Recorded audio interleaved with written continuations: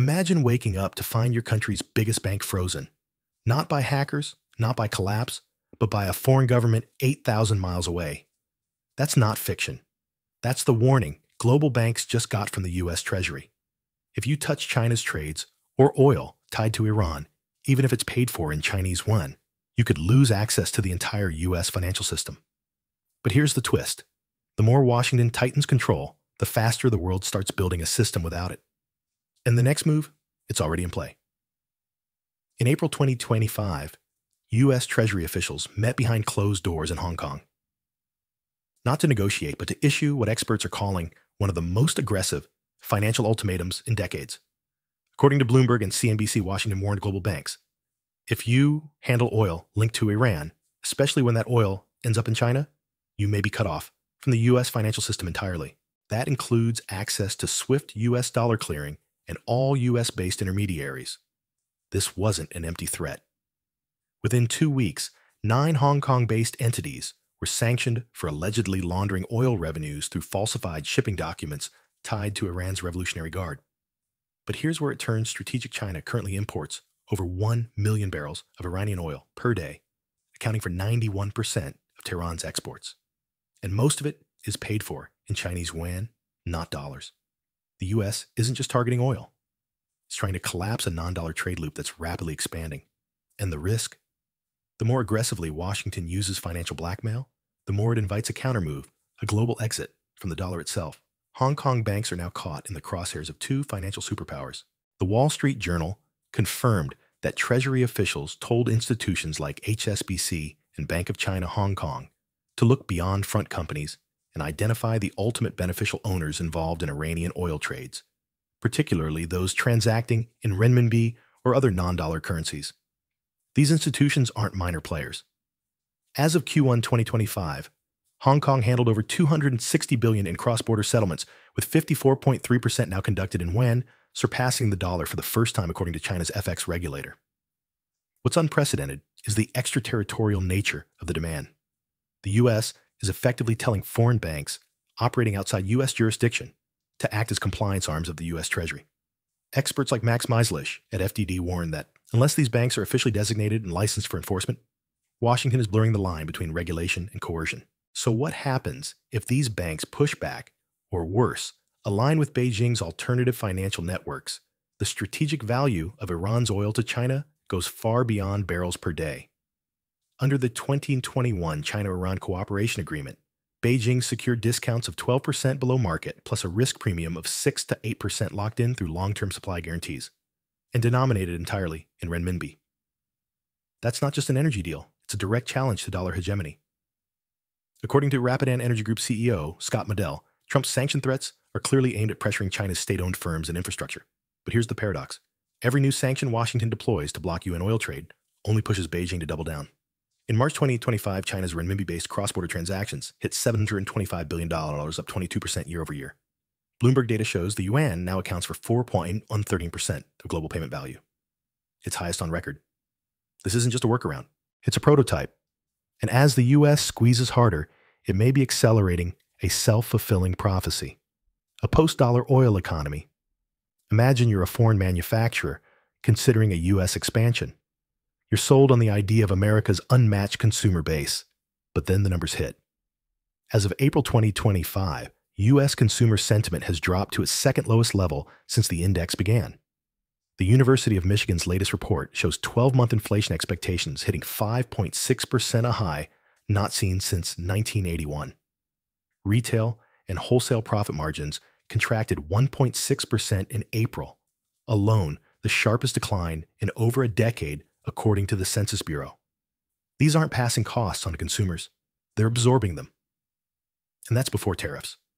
According to Commerce Department data, steel import prices are up 25% year over year. Bloomberg reports that since 2023, retail profits have declined in 15 of 17 months. This isn't a market poised for growth. It's an economy running out of slack. So if the entire case for reshoring rests on a strong US consumer, what happens when that pillar collapses under its own weight? President Trump's so-called One Big Beautiful Bill promised permanence for the 2017 tax cuts, but buried inside is a clause with potentially massive global consequences.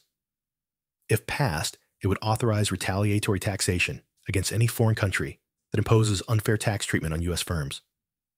But fairness isn't legally defined, and enforcement discretion lies entirely with the White House. The proposed penalties: a 5 percentage point increase in taxes on U.S.-sourced income of foreign companies, and a jump in withholding tax from 10% to 12.5% on outbound payments. Figures confirmed by the Congressional Budget Office. According to a May 2025 analysis by the Tax Foundation, these hikes could reduce foreign direct investment into the U.S. by up to $91 billion annually. Even more contradictory, this provision may torpedo the very reshoring plan it aims to support. Higher taxation, unpredictable policy swings, and retaliatory trade risks create precisely the uncertainty manufacturers fear most. Beeson's testimony to Congress insisted the bill would stabilize deficit to GDP ratios. Yet early scoring from the Joint Committee on Taxation shows rising deficits in multiple income brackets. So the bill intended to make America a magnet for investment may in effect become a repellent. On paper, secondary sanctions are a scalpel, precise, targeted, but in practice, they're more like dynamite. According to the U.S. Treasury foreign institutions, facilitating sanctioned trades, especially Iran-China oil payments, routed through yuan risk losing access to dollar clearing. But this threat is accelerating the very trend Washington hopes to suppress. The People's Bank of China reports cross-border renminbi transactions hit $724.9 billion in March 2025, on dollars 2025 accounting for 3% of China's global trade, up from just 36% in 2022.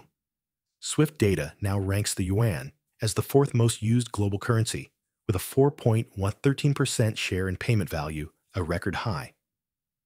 Beijing's policy shift isn't just economic, it's strategic.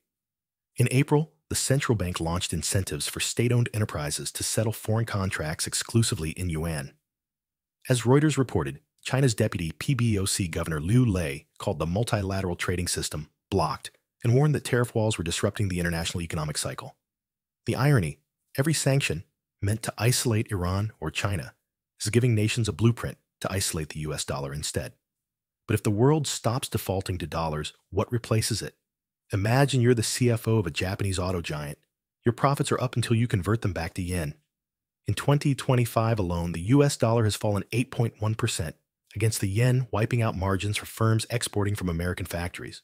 At the same time, the US is proposing a 5-point corporate tax hike on foreign firms through the One Big Beautiful Bill, plus new withholding taxes on outbound payments.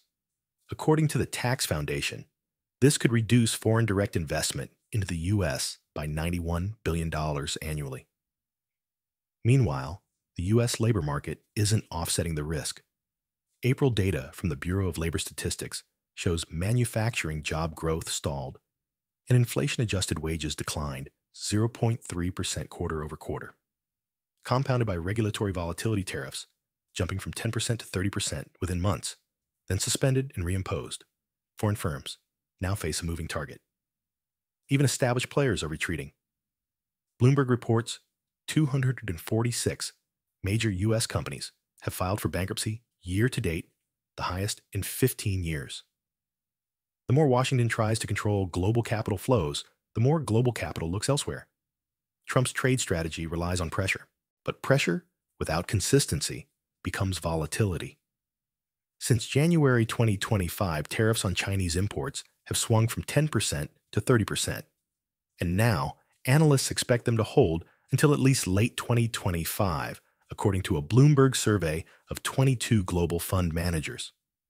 The result? Chinese exports to the U.S. have dropped sharply, and official April data shows China's industrial output grew just 5.9%, down from 7.7% in March. Yet the unpredictable nature of these measures is arguably more damaging than their size. Sam Jockum, economist at EFG Asset Management, warns that Trump's first term should serve as a warning. Agreements are not guaranteed to hold. Businesses aren't just pricing in tariffs, they're pricing in chaos. Retailers rushed inventory before the hikes inflating costs. Manufacturers froze investment plans, unsure which rulebook they'd be held to in 6 months. Even the day tariff truce announced in May is viewed with skepticism. The deeper problem isn't confrontation, it's confusion. And no one's investing billions into confusion.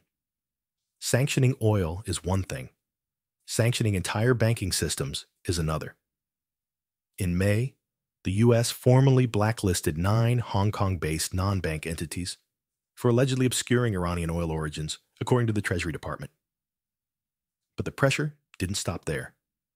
Officials met with major banks in Singapore, Malaysia, and Hong Kong to demand they investigate non-dollar transactions tied to Iranian oil flows, often routed through shell firms linked to Chinese buyers. Max Meislich, of the Foundation for Defensive Democracies, argues that no action would be stronger than actually designating the banks responsible, but warns that doing so could trigger systemic backlash. Hong Kong banks, many with branches in Europe and the US, risk losing their access to dollar-based global settlement networks. Meanwhile, China continues building financial insulation. In April, it expanded pilot programs for central bank digital currency CBDC usage in trade with Southeast Asia, sidestepping dollar intermediaries altogether. By weaponizing access to the dollar system, Washington may be teaching the world how to build without it. And that shift, it's already begun. Washington's dollar-based dominance was never just about money. It was about trust. But what happens when allies, trade partners, and global banks no longer trust that access will be stable, legal, or reciprocal? The more America weaponizes financial privilege, the faster the world starts asking whether that privilege is still worth the cost. China isn't fighting back with tanks. It's using spreadsheets, oil contracts, and payment rails. And it's finding willing partners. But here's the real cliffhanger. If the global banking system fractures under the weight of sanctions, tariffs, and uncertainty, what replaces it? Who gets to set the rules next time? And will the next global reserve currency be backed by economics or politics? Let us know in the comments. Has the U.S. strategy gone too far, or is this the only way to hold leverage in an unstable world? We're glad you're enjoying this video. Please like and subscribe. Check out another video that is now on your screen.